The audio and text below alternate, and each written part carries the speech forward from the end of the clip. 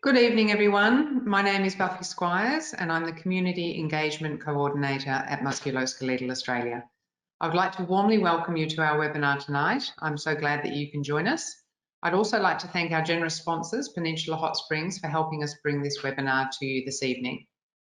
Our MSK Kids program is constantly being updated and we've recently added a couple of new pages to our website. Please take the time to have a look at our pages on transition and our new page on pain. There's really a lot of good information on there.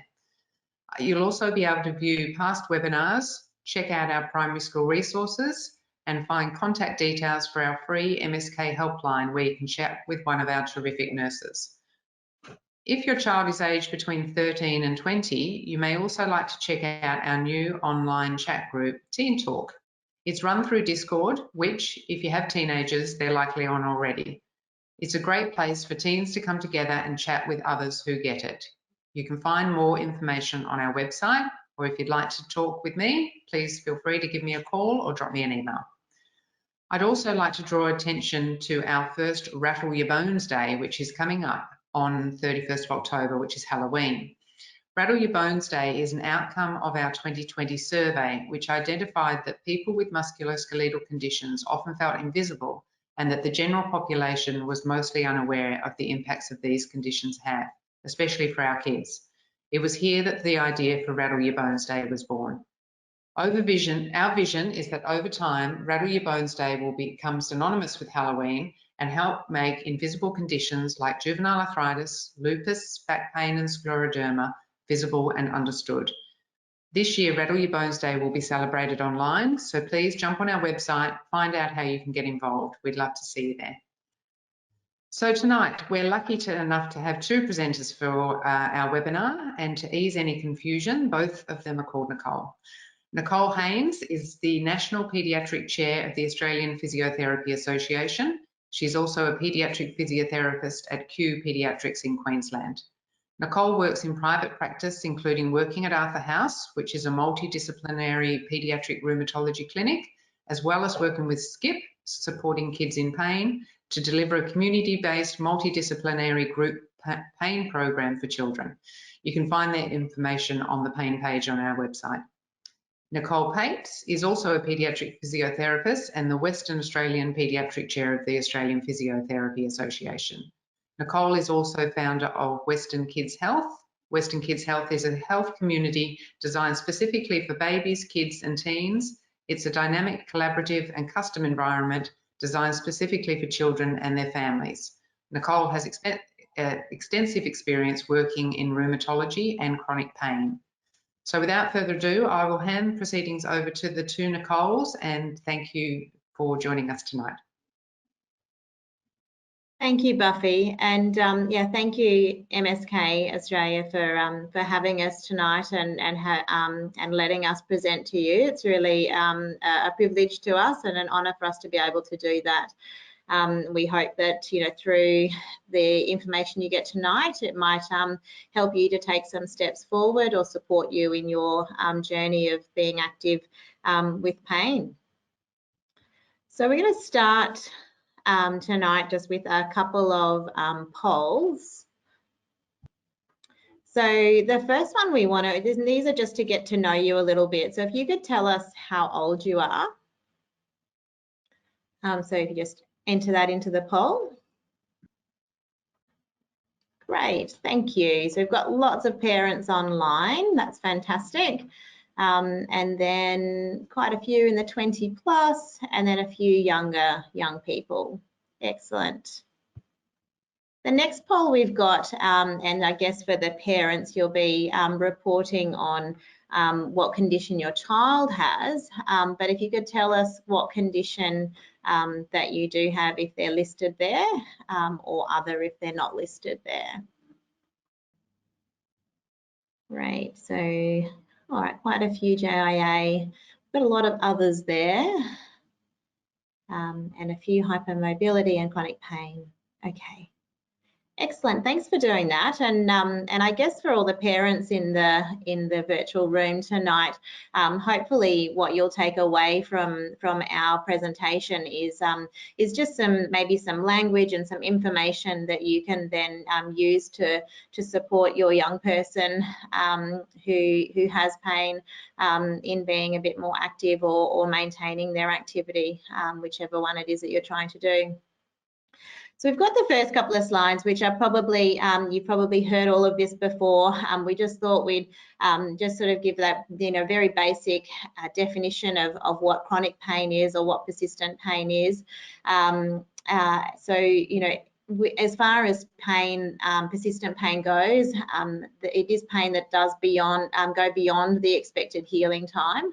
And usually, by definition, that is, pain that lasts longer than 3 months, or it might be a recurring pain that is, recurring quite frequently for greater than 3 months' time. As I'm sure all of you on the webinar tonight would know and acknowledge, is that pain can have a significant effect across a number of different areas in your life or in your young person's life, including the physical, but not only the physical, but also the emotional, the social and mental well-being of a person.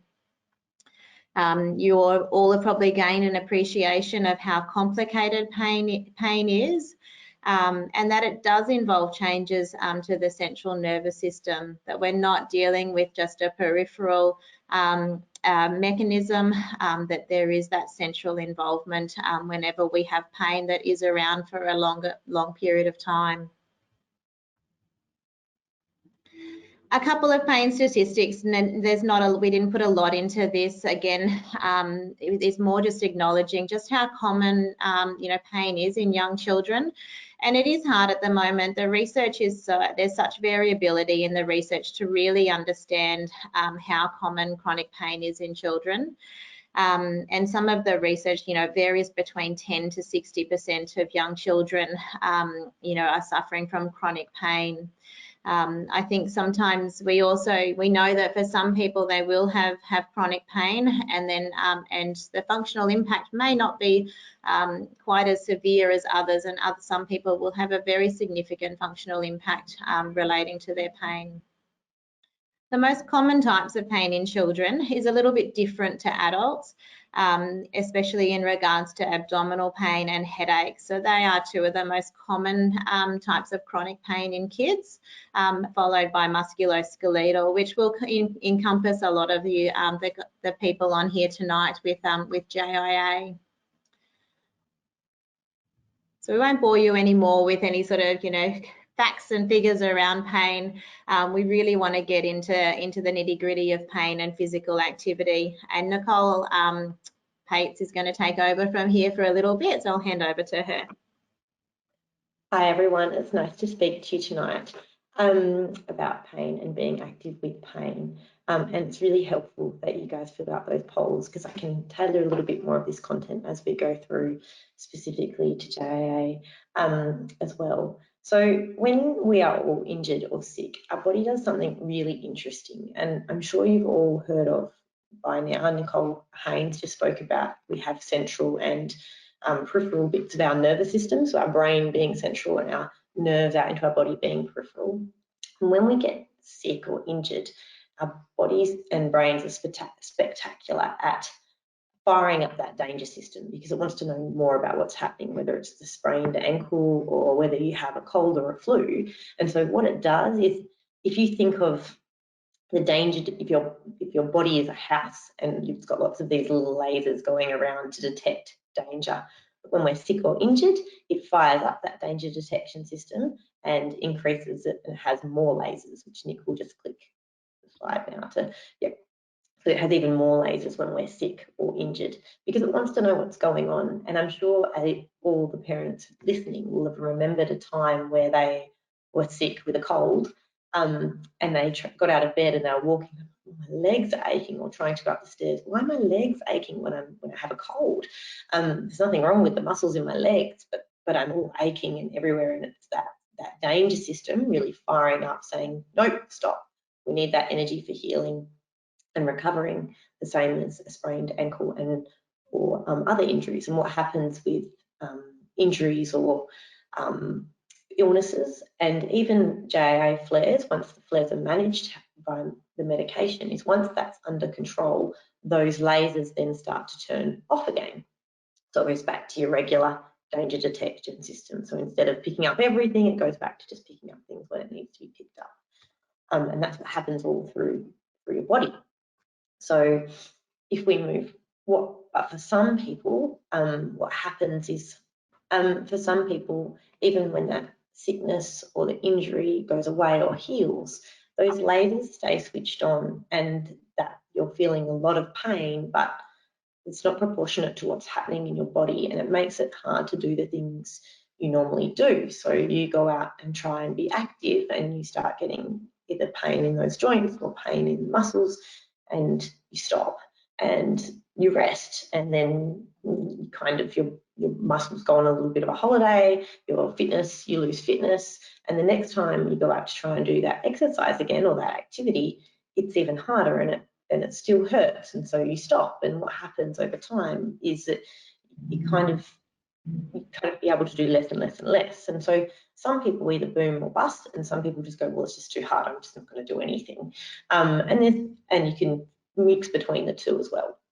So, but both ways, avoiding exercise or activity or trying to push through can often create more lasers if that danger detection system is really fired up, and the muscles are on holidays and you become really deconditioned, and it's just not really fun for trying to get back to activity, and it feels very frustrating. A lot of our teens say it's really annoying and frustrating. I just want to get back and do these things.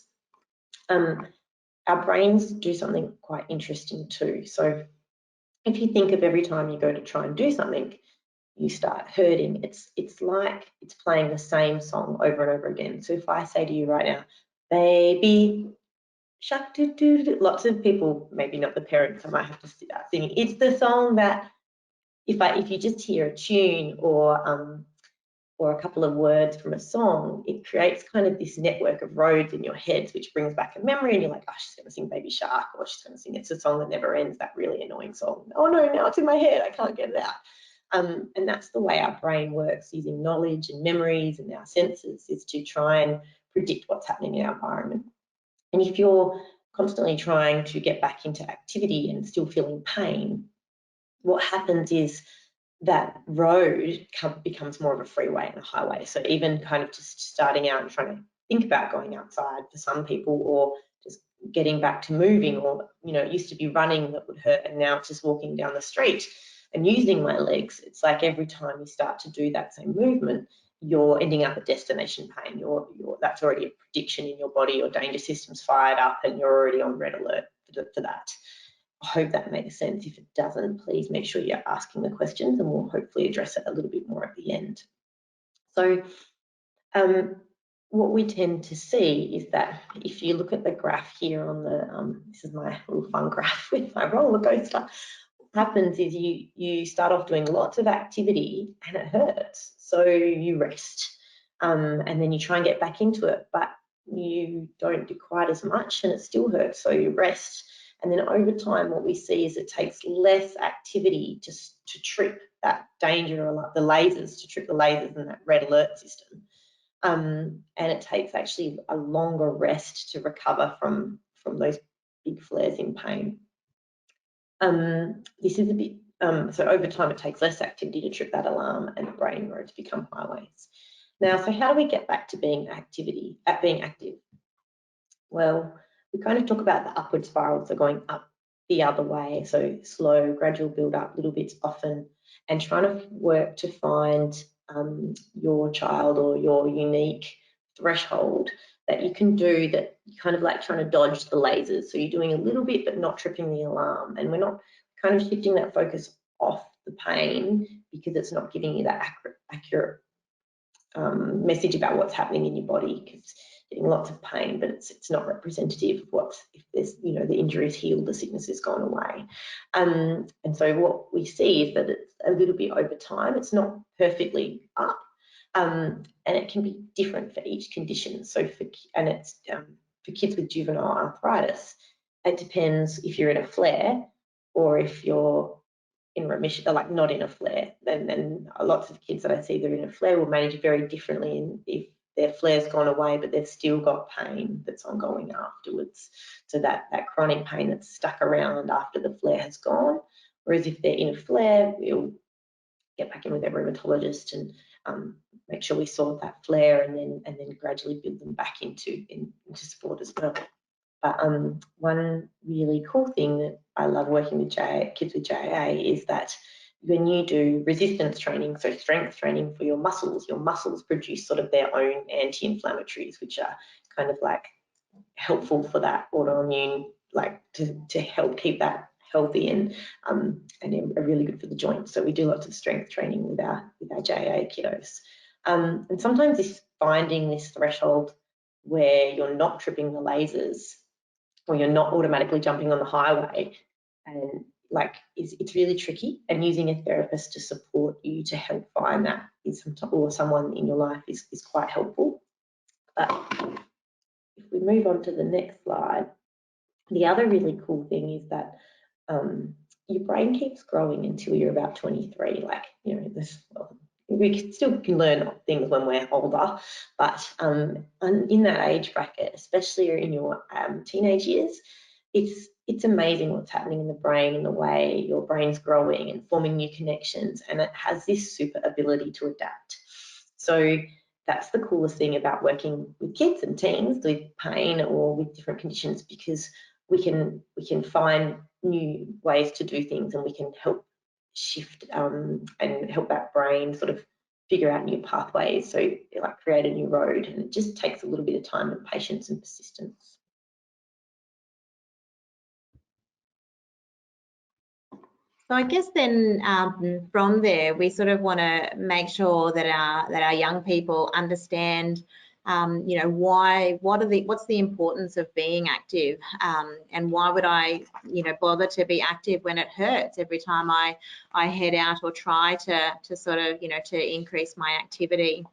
And you know, the benefits, there's sort of like the real sort of sciencey and medical benefits that you have, and then there's all of the other sort of really you know, sort of other benefits that you can get that are really nice.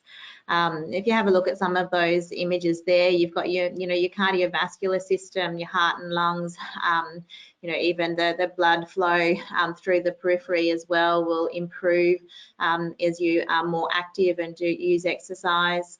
You've also got your digestive system, and you know, and getting things moving and flowing through there. Even the benefits of, you know, when you are more active, then that that appetite is stimulated, and you know, people are more likely to eat sort of good healthy food when they are living a more active and healthy lifestyle. You know, the bones and muscles are probably the most obvious ones, and you know, the sort of the first one that when I'm working with kids and parents are the ones that come up. You know, what's the benefits of being active? And it's, you know, it's the muscles and the bones, and Nick's alluded to some of those, you know, wonderful benefits for JIA, but for all sort of chronic pain conditions, and you know, joint hypermobility and EDS, the benefits of doing strength training, and you know, for both the bone health and for the muscle health, they are imperative. I often talk about the bone bank with families and children, and you know, that the bone bank, you deposit all of your funds into the bone bank throughout childhood, and the way you deposit into the bone bank is by doing physical activity and you know, and stressing and straining the body in a healthy way, you know, to build the strength of those bones. So you know, and also you've got sort of medication impacts there with JIA that you want to really make sure you're looking after the bone health there. The sleep benefits, so you know, if we've all been out for an active day, the chances of us sleeping you know, better are higher, and we know that sleep is often one of the big challenges for people with chronic pain of any sort, and one of the first things we really want to try to sort out as well when we're working with chronic pain. because also if you have more sleep, you're more likely to then, you know, have the energy to be physically active. All of these things really intertwine. The brain, we've sort of got both the cognitive sort of, you know, improvements that you get from being active, and, you know, memory, concentration and all of those, but then also all of the mental health benefits. So just sort of, you know, mental well-being that comes from exercise as well. So you've sort of got both those side of things as far as the brain goes. The immune system is also, you know, fostered with physical activity, and the endocrine system. So, so keeping all of those internal chemicals all working and operating as best as possible. You know, whether it's the inflammatory sort of processes, or it's the immune responses. You know, physical exercise, physical activity, and just being active can help with those. And then the other benefits, and I think this is sometimes the way to the heart of some of our young people, is actually, you know, being able to get back out with friends, being able to get outside and get fresh air and vitamin D, sunlight. You know, we know that helps with sleep cycles and improving sleep if we do get outside. And you know, challenging themselves a little bit, so finding activities that may not be too physically demanding, but are able to sort of challenge them as well in other ways, so stepping outside of some comfort zones as well. You know, being active can distract kids away from can distract you away from your pain. So finding those activities that are really important and engaging for yourself or for your young person. You know, when I sit there with families, I don't want to be too prescriptive in what we need to do. It is about finding what you want to do. You know, what is it that you're interested in? What hobbies are you interested in? And it could be as simple as, you know, photography. It might be like, you know, someone you or your young person is interested in nature. So let's get a camera and let's get outside and take some photos of insects. Or I know my daughter was obsessed with mushrooms, and we had to go for walks and take photos of all the different mushrooms we could find. So, you know, it doesn't have to be what might be a sort of stereotypical sort of physio or exercise. It's just about getting out and being active. And I do like, you know, that, you know, it is nice for young people to get out and connect with nature and just have fun. So we had the next couple of slides.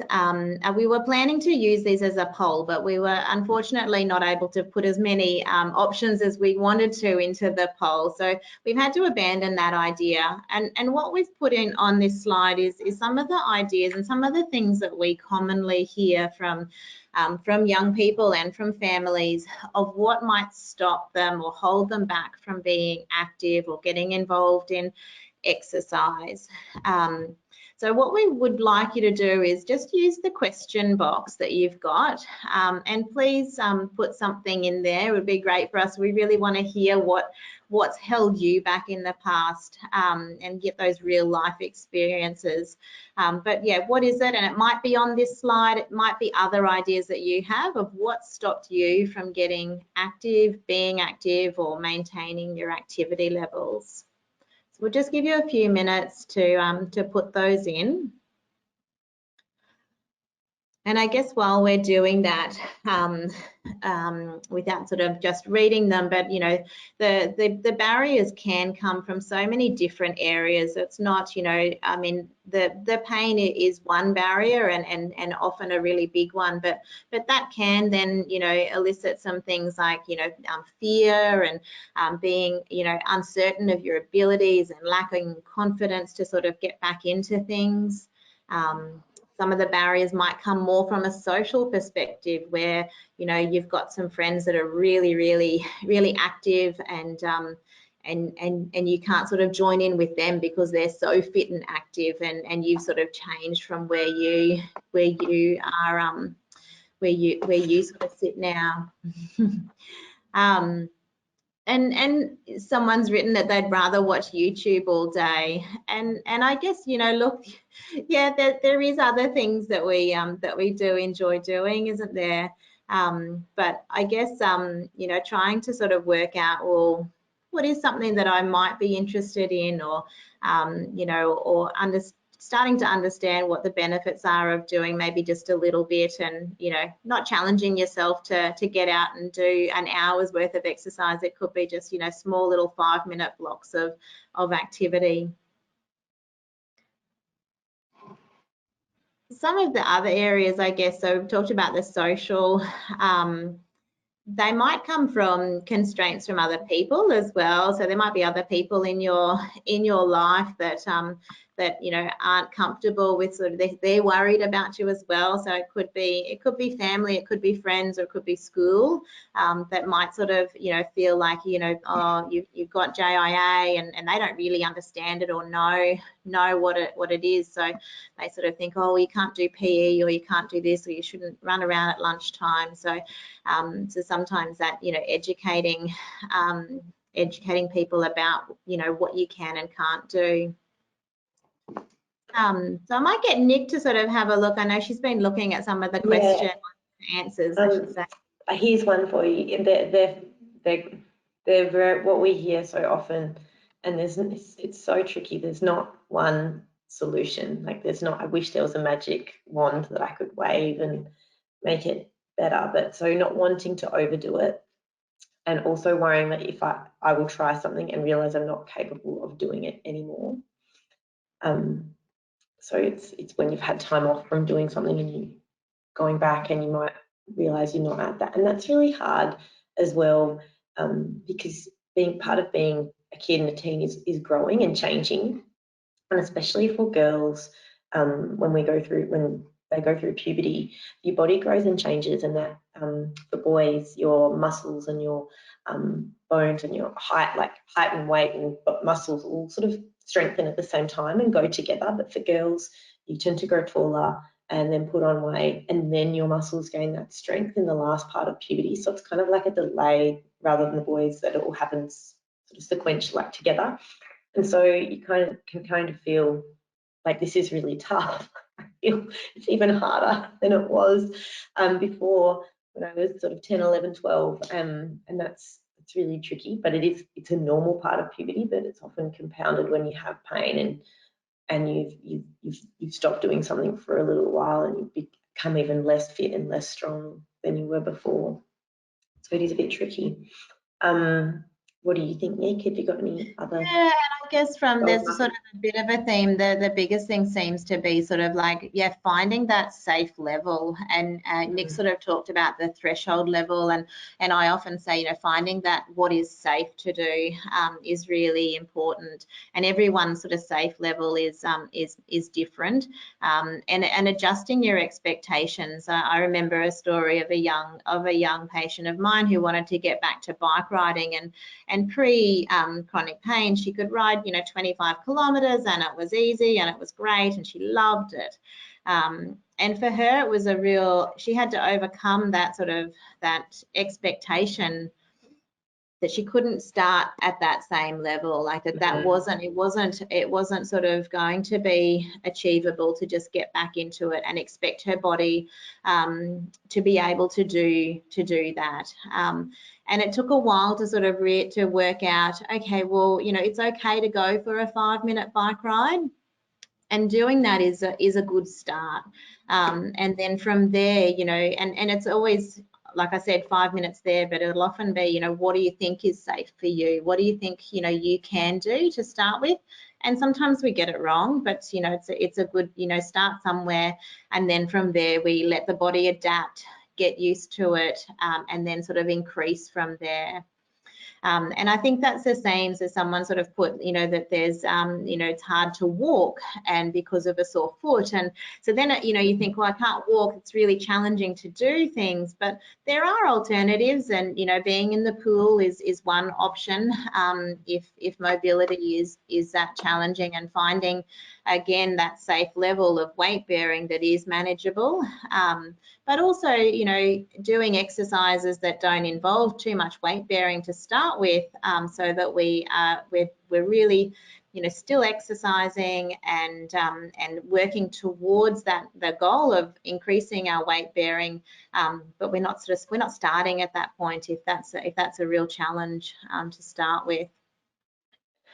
I think that Nick, one of the parents has said that it's difficult, like the lack of adequate information about how to support their daughter, and it is tricky because it depends on whether it's acute pain with an injury versus chronic pain, and nobody picks up the phone and says, hey, now it's chronic pain.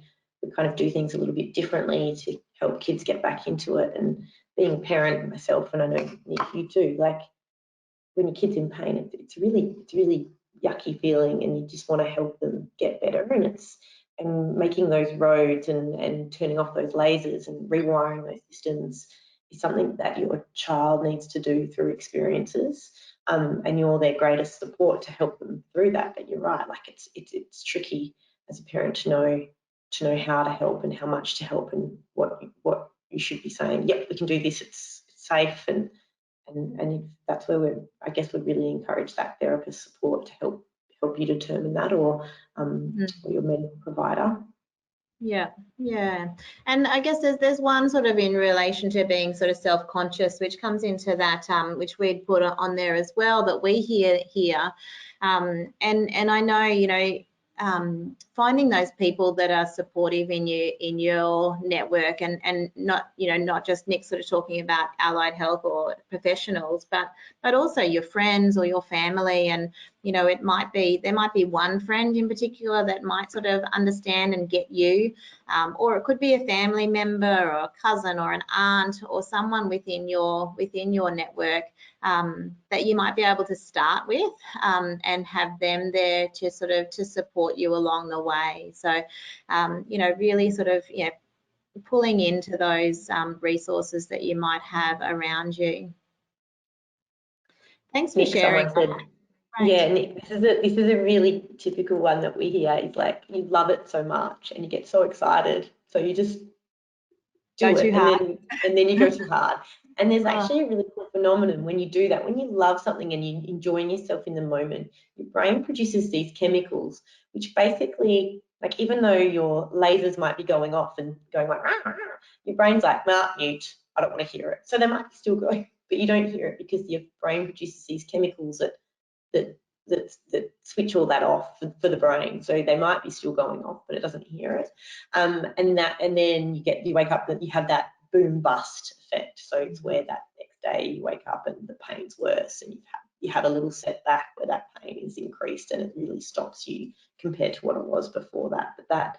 And it's tricky to find that balance, that your threshold where you can go without tripping the lasers and setting off those little messages down the highways.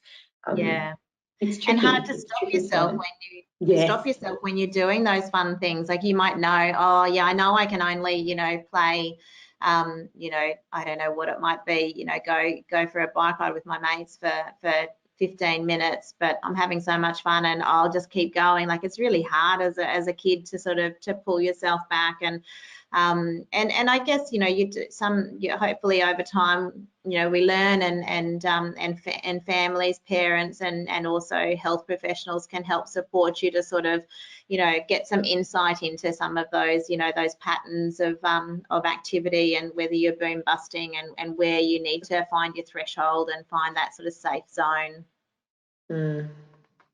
So we'll go on to the next one. So the next slide is more about, so what's worked for you? So what in the past, and again, if please jump in and add some things that has worked for you in the past, even if they've worked for maybe a period of time, and then you might have you know, had a flare or a bump in the road we'll go into soon, but, you know, things that have worked for you or your young person in the past. Sometimes, Nick, I think for us working with kids and teens and families, it's thinking outside the square instead of thinking traditional sport, traditional physical activity like going for a walk. It's like getting the camera out and shooting, or geocaching, or the Harry Potter app where you're trying to go and cast spells and visit places, or the Pokemon apps and things like that. And for some kids, it just, like you said before, like, I just want to watch YouTube all day. Like, it's really addictive. Like, YouTube's really fun. You can get really stuck watching videos all day, but it's kind of like, and it's trying to build in something that you enjoy that's you know, too much. You can always do too much of something, whether it be YouTube or too much exercise. Like, it's always good to have a little bits in moderation. So, but it's hard to build that confidence up sometimes. Rewarding yourself. Yeah, that's great. Yeah. Getting a couple of little answers into the question box sounds. Being realistic about expectations is one that we didn't have there, Nick. And I find it. Yeah. So some of the things that we've sort of put in there, like they're already coming out. You know, finding something that you enjoy is really, really important, and we talked a little bit about that. Being able to reward yourself in some way, and even just acknowledging that, hey, I've done. That's really great. And I know, you know, kids, especially younger kids, can be really bad at realizing how well they're doing, and it does take, you know, mum or dad or the physio or the OT or whoever it is to sort of go, hey, remember, you know, 2 months ago when, you know, just even walking into the clinic here was hard work, and now you're actually, you know, going out and doing this, or you're playing a bit of soccer in the backyard, or, you know, they sometimes don't. They forget things pretty quickly, and so you know, reminding them and rewarding them, rewarding yourself is really, really important, and acknowledging the hard work that you're doing and the good work that you're doing. Some great things: Go Noodle Kids, yoga, being realistic about expectations. Go Noodle, have you done anything on Go Noodle, Nick? No, not. We're a bit lucky over in WA. Yeah, Go Noodle's a good one, and I know young kids really love it. And the parents might get a little bit sort of like, oh, because it's a bit like Baby Shark. But yeah, yoga, Cosmic Kids Yoga is another really good one. Yoga's good. Yeah. And there's some really nice, you know, Just Dance app and Saskia's Dance School. There's lots of different things online that That's on YouTube too. It's on YouTube. It is. So yeah. I do sometimes have kids and teens that say, I'm not in a boom bust. I don't know what you're talking about. And then if your kids, or if you have an iPhone or health, like a step tracker on your phone, it's really interesting to go back and look at the couple of days before your pain flare or the setback and have a look, because sometimes you don't realise that you're doing more or less, and that's a really cool insight sometimes. Yeah. And then another one was that, again, rewarding yourself. Someone else has sort of commented, being active with a family member, a friend, involving that, including that social. And, you know, even if you can you're walking along or you're playing, you know, say your long-term goal might be getting back to soccer because that's what you really enjoy doing. You know, well, the start of getting back to soccer is, you know, even kicking a softball down the hallway, getting out into the backyard and kicking a ball around or throwing a ball around. Like, they're all the little baby steps to getting back. We can't expect can't expect to get back to, you know, a game of soccer or a training of soccer. You need to start with those small steps and build up to, you know, playing at the playground with your family and friends. Then maybe going to a small section of the training session and building up in the training session before then going into the intensity of a game. So it takes quite a process and takes a fair bit of support. You've got to have, you know, the support of your family and friends, and then the support of the soccer club and the coach, and then the support of the other players and stuff. So it's not easy, and you know, we sort of as therapists understand that, and hopefully your therapists understand that and support you on all of those little steps to getting back to the goal. Water play is great. Yeah, water play great for you know, when you've deconditioned, you know, when you're in the water up to your chest, you know, your body weight is 25% of what it is normally. So the load on your body is significantly reduced. You know, you're outside. You can do just some fun stuff in the water. So water play is a great way to sort of, you know, start at a safe level and then build up from there.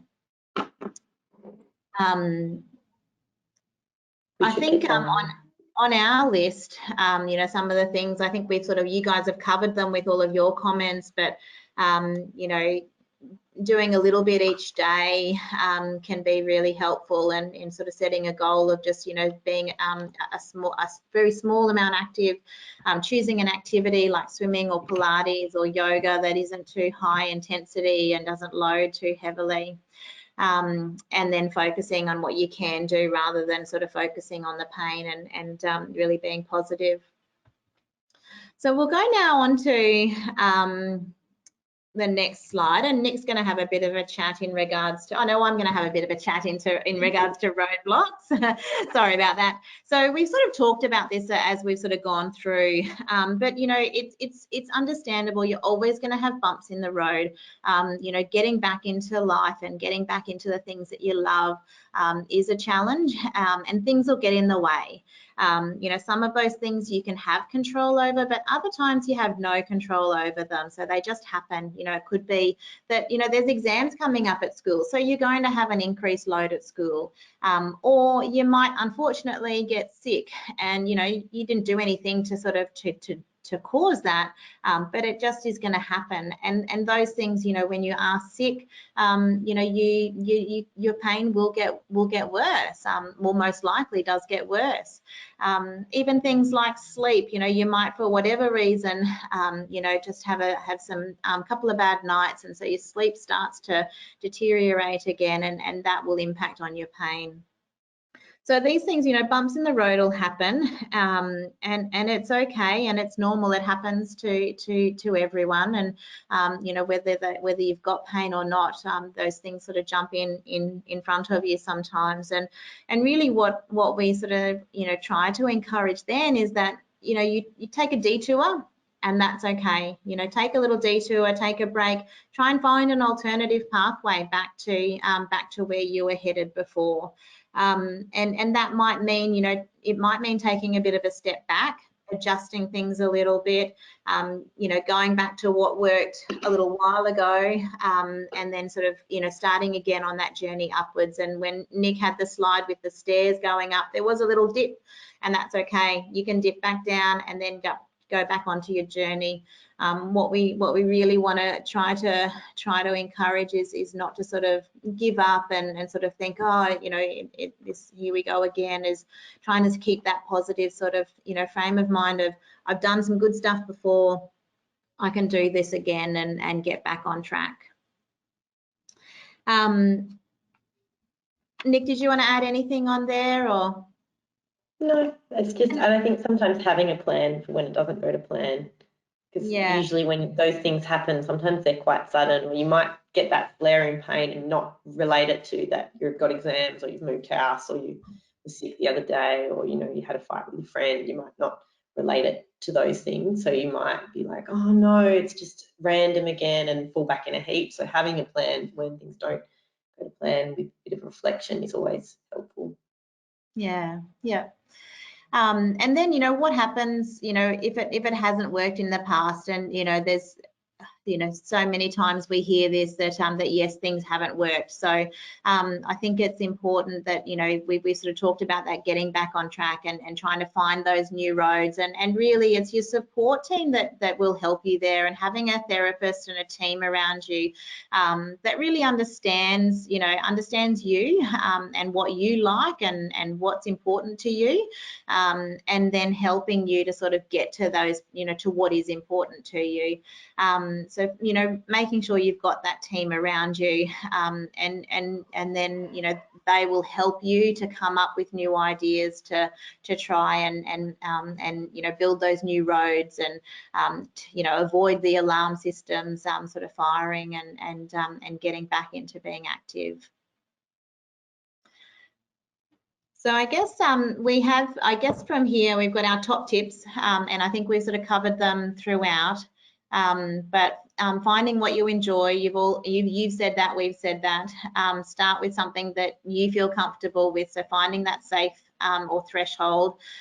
Being consistent and having a routine can be really helpful, and even writing that routine down so that you sort of commit to yourself, like, I'm going to do this on Monday, Wednesday and Friday, and I'm going to do this on the others. Building up slowly and really small amounts, so our bodies, you know, our bodies are good at adapting, and our brains are very good at adapting. So starting with a small amount, sticking with it, and then increasing it gradually. Finding things you can do with family and friends, so engaging in that social activity that might involve some activity. Water, you know, you guys have said that as well. The water play, being in the water, is great, and learning how to adjust and, you know, have that flexibility to sort of, you know, to get through those little bumps in the road that might happen.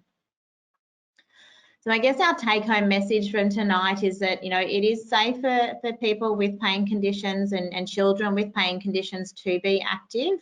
And that being active will help. So, you know, building those muscles and all of those things that we said, you know, physical activity does, will help with pain. And as physiotherapists, we can help with that, and can help really guide young people along the way, and help them sort of, you know, find the things they're interested in, adjust things as needed, and give alternatives and find solutions to the problems that you encounter along the way. So the keys to success, I think we're sort of repeating ourselves a little bit, but, you know, that starting point, it's enjoyable, consistency, building up, and have that plan for your flares. So we've got some time. I think Buffy's going to jump back in and facilitate any other questions you've got. I know we filled the question box with lots of ideas from those couple of slides. So hopefully Buffy can sort of find some other questions along the way. But feel free to add some extra questions into that question box.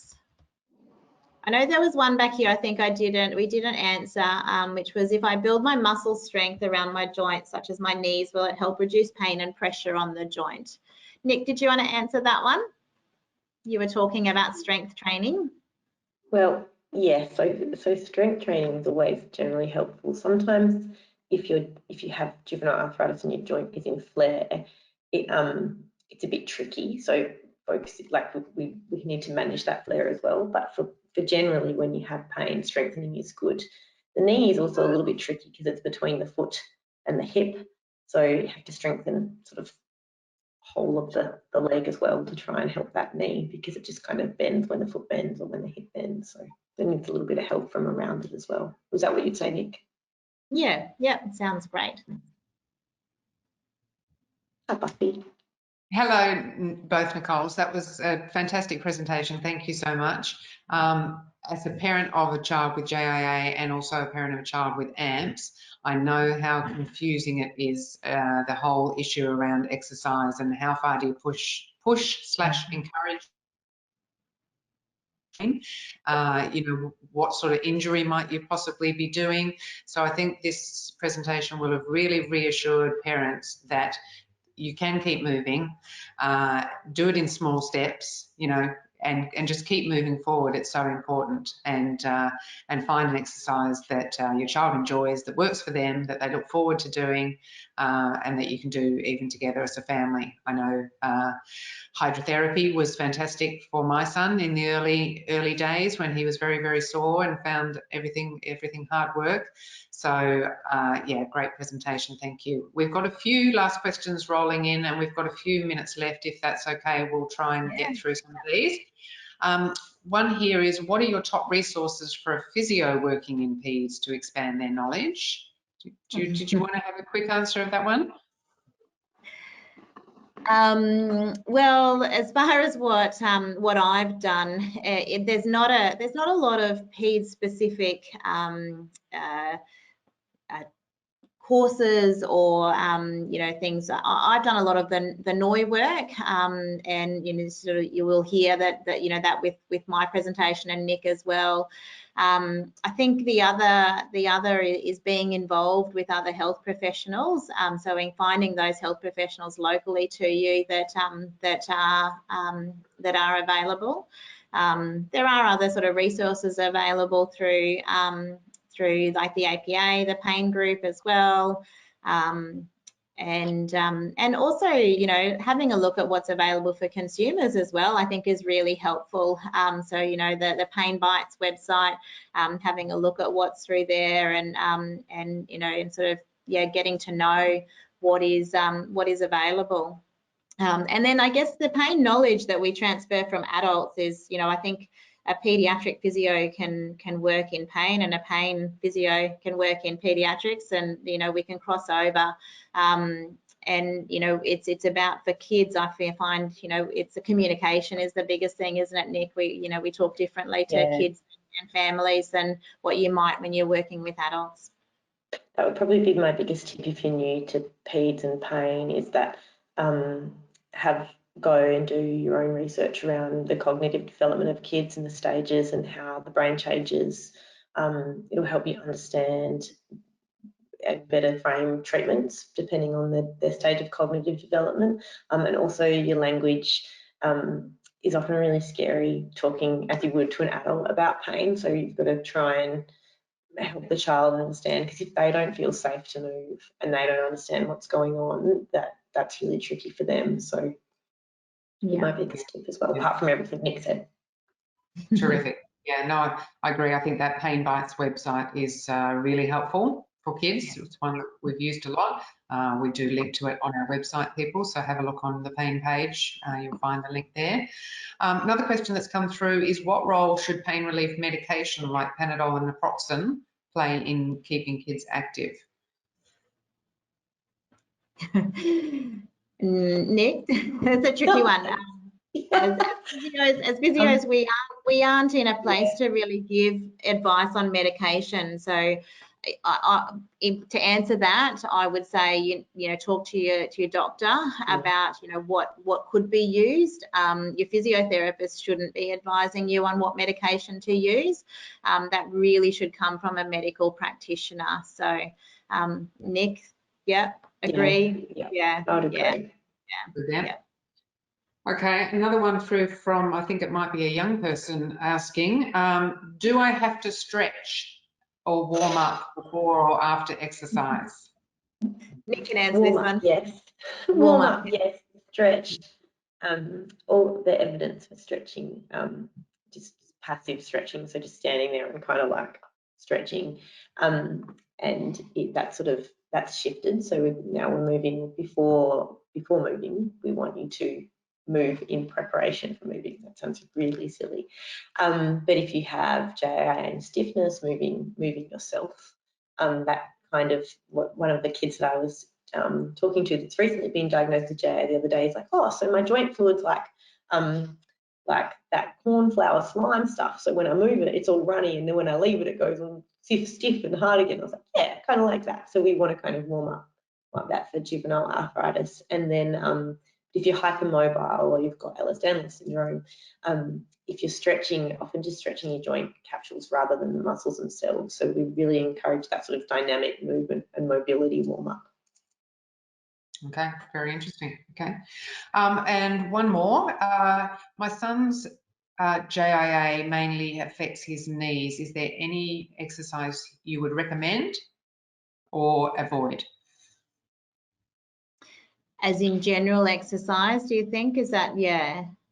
I assume so. I guess if his knees are swollen and sore. Yeah. Yeah, if he's in a flare versus if he's in managed. Or if he's managed or not. Yeah.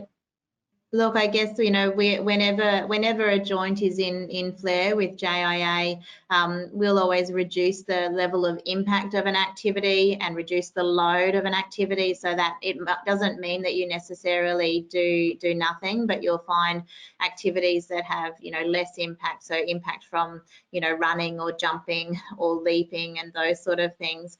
And then also load-wise, so how much sort of you know, physical load, whether it's, you know, strength-based work or weight bearing on the ground versus weight bearing in the water. So you're trying to reduce the load when a joint is in a flare.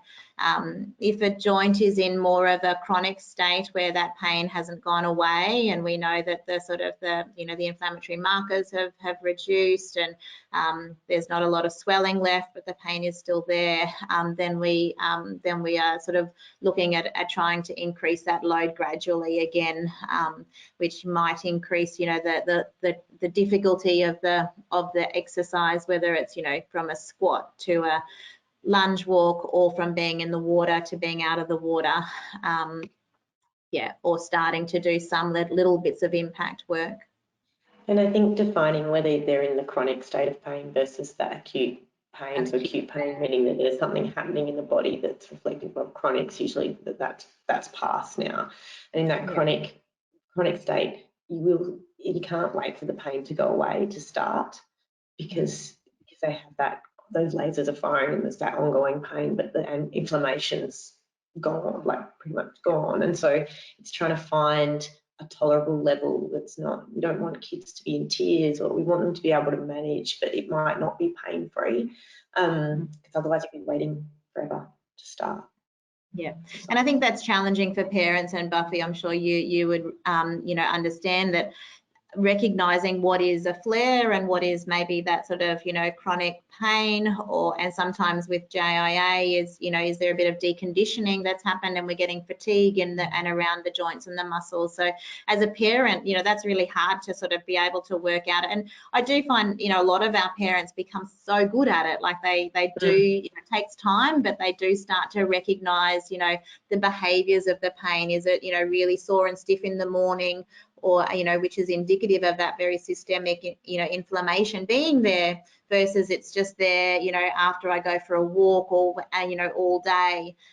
So, you know, parents become so good at recognizing those things over time, you know, with working with therapists and that to educate and learn. Yeah, absolutely. Well, we've just hit 8 o'clock. So again, I give a huge thank you to both Nicoles for a fantastic presentation tonight. Everyone that's tuned in, thank you as well. As I said at the start, you will receive a link, so you'll be able to re-watch this webinar, which has huge amounts of information to take in again. So, and it will also go up on our socials and our Facebook. If I could remind you once again just to complete the quick survey that will pop up when we close the screen, that would be most appreciated. It helps us also plan for our webinars for next year to know what you would like to hear from us. So thanks once again everyone for joining in, and we'll see you next time. Bye-bye. Thanks everyone. Thank you. Bye.